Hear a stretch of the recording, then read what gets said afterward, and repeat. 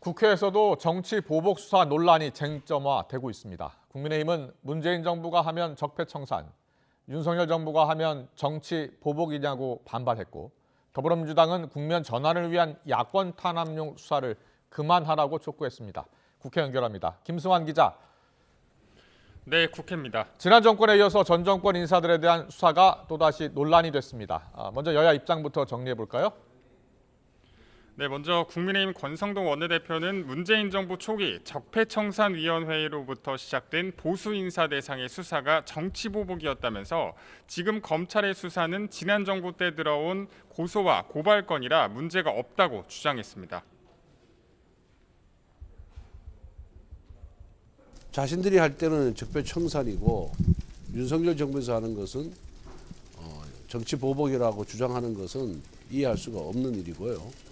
당연히 문재인 정부에서 했어야 될 수사를 문재인 정부에서 막아서 못했던 사건을 이제 와서 하는 걸 갖고 무슨 정치보복 운운하는 거는 언어 도단이다. 반면 더불어민주당은 야당 탄압용이자 국면 전환용 정치 수사라고 맹비난하면서 이에 대응하는 공식 기구를 비대위 차원에서 다음 주부터 발족시킨다는 계획입니다.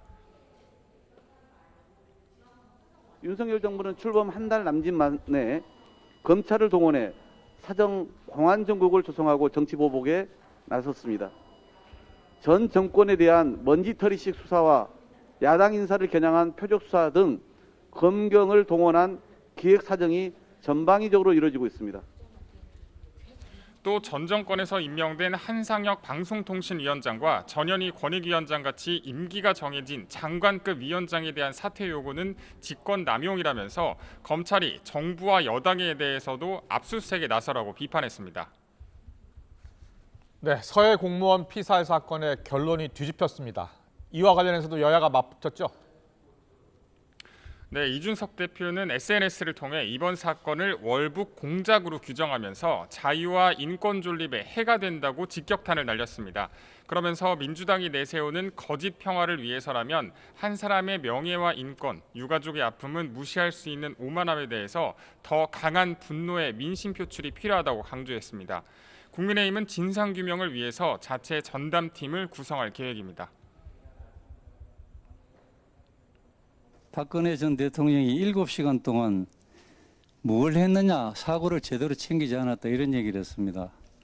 정작 본인은 우리 국민이 적군에게 처참하게 죽어가는 동안 아무런 조치를 하지 않았습니다.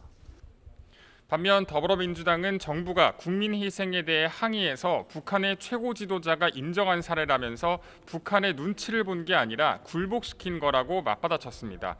그러면서 우상호 위원장은 희생자가 월북 의사가 있었는지 없었는지가 뭐가 중요하냐면서 본질은 그게 아니라고 주장했습니다.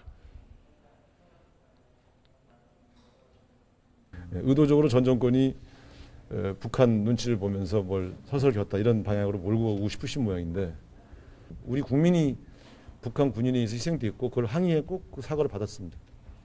그걸로 마무리된 사건 아닙니까? 이와 함께 이번 사건은 상반된 견해를 가진 첩보가 올라올 때 어떻게 판단하느냐의 문제이지 정략의 문제이자 이념의 문제냐면서 특히 대통령까지 언급할 일인가 싶다면서 윤 대통령의 발언을 비판했습니다. 지금까지 국회에서 YTN 김승환입니다.